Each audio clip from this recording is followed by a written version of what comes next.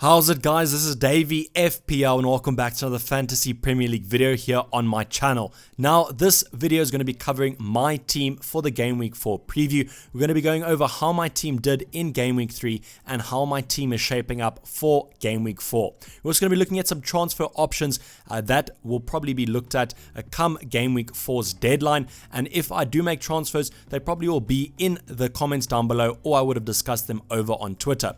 But sit back, relax, and let's get into the preview. So I hope your Game Week 3 was absolutely stellar, and I hope that if you did wildcard, you are pleased with your points and that you are pleased with your team for the upcoming game weeks. I know this game week wasn't that much of a high scoring game week, another quite low average of 44, but I'm sure lots of you did do well and got well above that average, so let's get into it. My team personally got 59 points, just 1 point shy of that 60 point mark, but not too disappointed there. 59 points was quite a good score. Any score above the average points kind of at the start of the FPL season is good, and as you can see, we're sitting just outside the top 100k. Since the start of the FPL season, we've kind of been halving our rank every single game week, so hopefully come Game Week 5 we are sitting about the 50k mark, and that'll be quite similar to how we performed last season. If you do recall last season, if you did watch my YouTube channel, around Game Week 5 we were sitting about the top 50k, so I'm hoping to kind of get there before that kind of deadline. But going into the rest of my squad, as I said, 59 points, not too shabby. We'll start off with Ryan in goal, who managed to get 1 point. Brighton conceded quite an early red card, which put them on the back foot from the start. I was quite disappointed with Ryan, as I thought that was quite a good fixture against Southampton. He didn't even get a couple of save points, so I'm not holding that much regard with this fixture, as he does have Man City next game week, who I'm not expecting him to get many points there. So I was hoping kind of maybe against Southampton you can get a couple save points or even a clean sheet, but that could have been pushing it a little bit. Coming in with Lucas Dean, who got 1 point again. Everton were quite disappointing against Aston Villa, and I thought that Lucas Dean could have maybe got an attacking return. They conceded quite early on, so I was hoping that an attacking return would come in. He did manage to recover from injury, so he was playing in that starting lineup, which I was very pleased about. And I'm just hoping Everton can maybe get that defensive form they were in at the start of the FPL season, and then we can be getting some more double-digit hauls from Lucas Dean. Then we have Robertson with 2 points. Liverpool conceding again. They have not kept a clean sheet since the start of the FPL season. So we're looking at maybe transferring a Liverpool defender out. No ways. I'm going to be keeping Andy Robertson in my lineup. I was disappointed with him having watched the game. The wing backs for Liverpool, Trent Alexander-Arnold and Robertson, were absolutely having a field day there. They were getting tons of crosses in and getting miles up the pitch. But unfortunately, Robertson couldn't get any attacking returns and ended up conceding quite late on. Quite an unlucky goal in my opinion, but that's the thing with Liverpool. They've been getting almost a little bit unlucky, but they have been playing quite defensively poor the past couple game weeks. So I'm hoping maybe after this tough fixture against Arsenal, they could be keeping a lot more defensive returns in the future. But Andy Robertson, as I said, had a great game attacking wise. Was a little bit unlucky not to get an assist or a goal, but he does look like he's shooting a lot more. A little bit different to how he was last season. He would not shoot on sight, but this season he's been getting a cheeky volley in every now and again, and I'm just waiting for that goal to go in, and then we'll all be screaming for his points. Then with Zinchenko, Harry Wilson, the Liverpool man, scored an absolutely stellar free kick against them. Can't really do too much about that. A dead ball situation is always kind of hard to concede against, but Zinchenko managed to create tons of chances. He created more chances than the entire Bournemouth side combined, so I'm keeping faith with him. I'm just hoping that Benjamin Mendy being back in training is not going to hinder his performances too much, and maybe we'll be looking at a little bit of rotation there, but he does look a little bit assured in that squad, as Cancelo did come in late on the game, but he did come in at right back. He came on for Kyle Walker, so hoping that Cancelo will maybe replace Kyle Walker in the right back position, and then Zinchenko will carry on getting his minutes at that left back position. Then we have Lundstrom, which is a little bit of a punt. I was a little bit disappointed missing out on his points last game week, so I just put him in maybe hoping a little bit that he would score another goal and get a clean sheet, but unfortunately he didn't. He picked up a yellow card as well, so managed with a 0 point appearance. Just look at my team from the top up, please. Don't look at the defense. Absolutely dreadful scores there. Highest points is 2, but I'm sure a lot of you are going to be having similar defenses, as this kind of game week wasn't the game week for clean sheets, and the teams that kept clean sheets, we didn't have their defenders. Going into the midfield, we have Dendoncker with 1 point. He was rested, benched for their game against Burnley. Came on about the 60-minute mark but couldn't make an impression. I was just kind of playing him as I thought he would get more points than King or Ake. Maybe a cheeky goal assist there, but unfortunately that didn't happen. Just the 1 point. So 4.5, can't really ask more than that. Simply my Bournemouth players had Man City, so I wasn't keen on playing them. Then we have Martial, who picked up a very late assist. I was quite happy as those of you who brought in Rashford. Unfortunately, he did miss a penalty. Extremely unlucky. It actually came off the inside of the post and went across goal to the outside corner. So, missed that penalty. Maybe Martial is the designated penalty taker for Man United. I'm hoping he is, but I am hoping even more that he stays injury-free. He did pick up a little bit of a knock, and apparently they had a scan on him today. So that could be a little bit serious, as if they do go for a scan, usually there could be some damage there. So I'm hoping for the Man United manager to come out and kind of clear Martial. Otherwise, I might have to look at transferring him out depending on how long he's out for.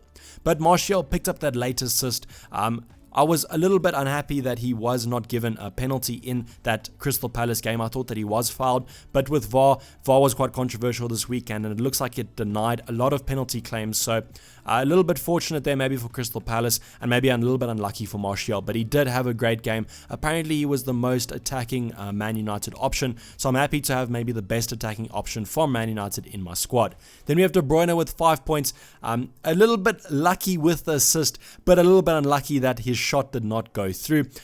If those of you did not watch the game, Zinchenko put a cross in, De Bruyne hit it first time, scuffed the shot, and it landed to Aguero. So De Bruyne got the assist, but imagine if De Bruyne hit the target, we'd be looking at an assist from Zinchenko and a goal from De Bruyne, and that would have absolutely made my game week. But unfortunately, with FPL, the best things don't usually happen, but I was happy that De Bruyne managed to rack up another assist for his kind of playmaker award that he's going for this season. I'm happy to have him in my squad, and I'm hoping that Man City go on another goal-scoring streak like they have in previous seasons.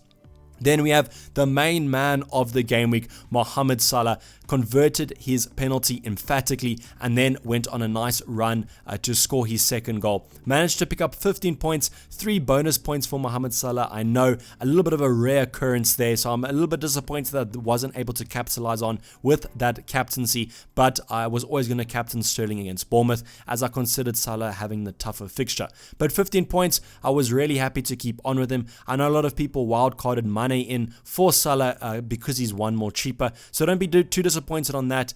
You kind of just have to pick your option and go from now to the end of the season, but I'm happy to have Salah in my squad. Then we have Sterling, 8 points doubled to 16, managed to pick up a goal against Bournemouth, a well taken goal as well. I was happy that Sterling managed to get some points after having missed out on the Salah captaincy, so I'm happy that he managed to get a return and he picked up a bonus point as well. So Sterling's looking good, carrying on with his kind of assist or goal every single game week, so I'm hoping he can continue that into the coming game weeks. Then we have Pukki, who was my transfer in this for the game week. He managed 11 points at Chelsea. I know a lot of people were kind of questioning the Pukki decision as he was playing Chelsea, so I'm happy that he was able to get returns in that game, as that's considered as a tougher fixture. Teemu Pukki managed 5 goals and 1 assist, having played Chelsea and Liverpool in his opening 3, so I'm looking at him as being a season keeper, and I'm hoping that he can perform great into the upcoming game weeks. Then we have King, Ake, and Greenwood on the bench. Not too much to talk about them. I was always going to bench these players. Ake looks like a certain transfer out in the upcoming game weeks. But my transfers this game week were Martial and Pukki in for Perez and Wilson. I know Wilson got an assist, but Perez did absolutely nothing. So I'm happy to get a net gain with my 2 free transfers. And if we can kind of keep the transfers in as being a gain for the rest of the season, we're looking at getting a great rank. So that's my team and how we set up for this game week. But now let's look at how we're going to be setting up for game week 4. So in game week 4, this looks like the lineup that we're going to be going for, and I must say the team looks absolutely superb for the upcoming game week. I'm even considering maybe not making any transfers, as the squad just looks too good to kind of switch it around a little bit. So starting in goal, we have Ryan against Man City. I'm not thinking I'm going to be getting any kind of points from him, hoping for maybe a couple save points. I'm sure Man City are going to be getting tons of shots on target, hoping that Ryan can maybe get a couple save points there for the team, but otherwise I'm probably going to be holding him for the upcoming game weeks. I know a lot of people have been maybe considering getting rid of Ryan because of his tougher fixtures from now to maybe about game week 9. I can understand that with maybe Pope having great fixtures, but I'm not going to be wasting my transfer on a goalkeeper when I maybe have other fires to put out. Then going into defense, we have Digne against Wolves. I know that Wolves are a tough team to defend against, but I'm hoping it being a home fixture, Everton kind of recover their defensive form and Digne manages to get some returns. Maybe even an attacking return if they do concede, as he does look to be great on those set pieces and sometimes even on direct free kicks. So Digne looks like he's going to be staying in my squad and one of the star players of our lineup. Then we have Andy Robertson against Burnley, another team that I think that they're probably going to be conceding against. So I'm hoping for an attacking return from there. I think Burnley are going to kind of sit a little bit deep, so we could be looking at the wingbacks getting another opportunity to hit those crosses in, and hopefully one of them hits the target for Robertson this upcoming game week. Then we have Zinchenko against Brighton, which I think they have a strong chance of keeping a clean sheet. I'm just hoping that Zinchenko kind of keeps his spot in that Man City lineup, and then we can be getting some points from him. Going into the midfield, Dendoncker is the only one that I'm kind of questioning here a little bit. I might even play the likes of Lundstrom or Ake, as Dendoncker. Wolves didn't look on great form, and they've been kind of drawing a lot of games recently, so I think Dendoncker will kind of be a 1 or 2 pointer. So could bring in Lundstrom or Ake for him if I do decide to do that.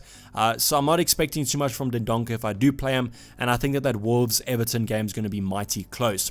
Then with Martial, as I said, he did pick up a little bit of a knock, so going to be monitoring that situation. I do hope that he does recover from injury and he does make that starting lineup against Southampton, as I do think it's a great fixture. It's a great fixture to kind of bounce back from after that Crystal Palace loss at home.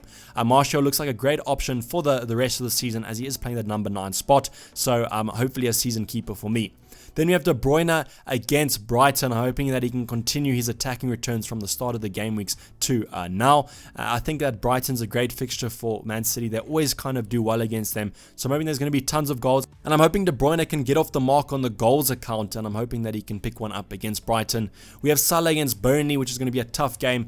Burnley always defends Salah quite well. So I'm hoping that he can maybe get a goal or assist here. But I'm holding thumbs on that one. I'm just hoping that he can get a return and maybe some bonus points. Then we have Sterling is going to be my captain against Brighton. I just think that his pace is going to be fortuitous against that Brighton squad. So he's going to be my captain. The home fixture, Man City always perform better at home. So I think it's a no-brainer for me that I do play Sterling.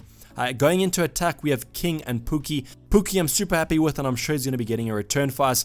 King, I'm a little bit worried about. The Leicester fixture is a little bit of a tough one, especially for Bournemouth. They haven't been playing that nice attacking football recently, which has kind of been their marquee over the previous season. So King is definitely one that I'm looking out for. On the bench, as I said, Lundstrom or Ake could come in. Maybe even Greenwood if I think he's going to be playing. Going into transfer options for the upcoming game week, the one that I'm only considering basically is Ashley Barnes in for King. As you can see, I have the exact money for it. So by the time this video comes out, you'll probably be assured I would have communicated through Twitter or YouTube that I have made this transfer, as I do have the exact money, and I will have to make this transfer quite early on in the week if I'm going to be going for it. The other option I do have is waiting till the international break, then banking a transfer this game week, and then using 2 transfers in an international break. What I would do then is probably take Barnes or someone else in and downgrade Ake. If I do downgrade Ake to a 4.5, I can maybe upgrade King to someone like Abraham